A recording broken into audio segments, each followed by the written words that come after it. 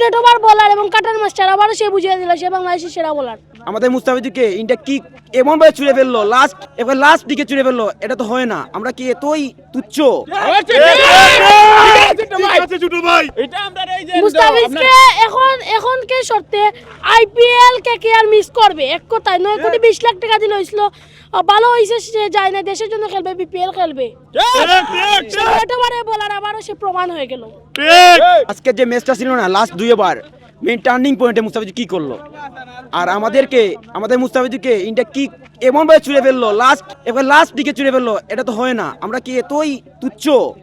আমাদের প্লেয়াররা, বিসিবি এটা দেখতে হবে এবং বিসিসিআই এর সাথে আমরা কোনো ম্যাচ ইন্ডিয়াতে খেলাবো না। এবং আজ থেকে ইন্ডিয়ার যেটা চ্যানেল আছে এবং কি আমি প্রতিটি আইপিএল প্রতিটা ম্যাচ শুধু মুস্তাফিজের জন্য দেখতাম এবং কি আইএল টি20 প্রতিটা ম্যাচ আমি মুস্তাফিজের জন্য। আজকে আমি আজ আর আগের ম্যাচ 2টা ম্যাচ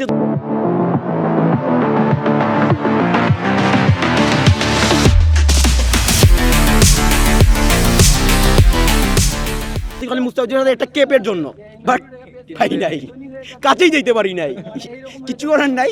এত মূল্যবান জিনিসকে তারা এত তুচ্ছ করছে, বাট এটা আমরা বিলিভ করি না কখনো।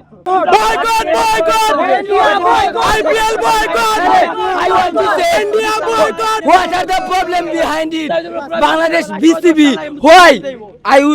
They will say something about Mustafizur Rahman. He is a good bowler, I believe. তার সমস্যাটা কি? যারা ওই ম্যানেজমেন্টে আছে, বিসিবি ম্যানেজমেন্টে, তার সমস্যাটা কি?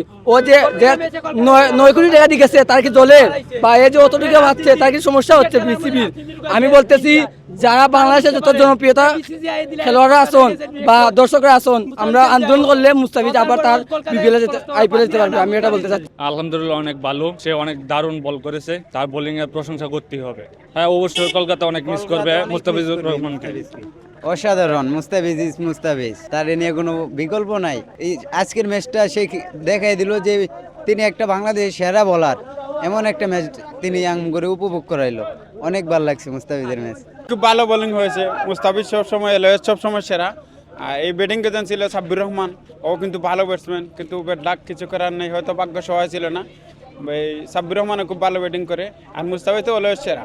মুস্তাফা আসলে বেস্ট প্লেয়ার, আমরা সবাই বেস্ট প্লেয়ার হিসেবে তাকে পরিচিত। সত্যি কথা বলতে আমি খেলা দেখে কোনদিন আসিনি, আজকে ফার্স্ট আসছিলাম। তবে আজকে যে বোলিংটা দেখেছি খুব ভালো লাগেছে, প্রশংসা করবো তার সবসময় এবং তার ভক্ত হয়ে গেলাম।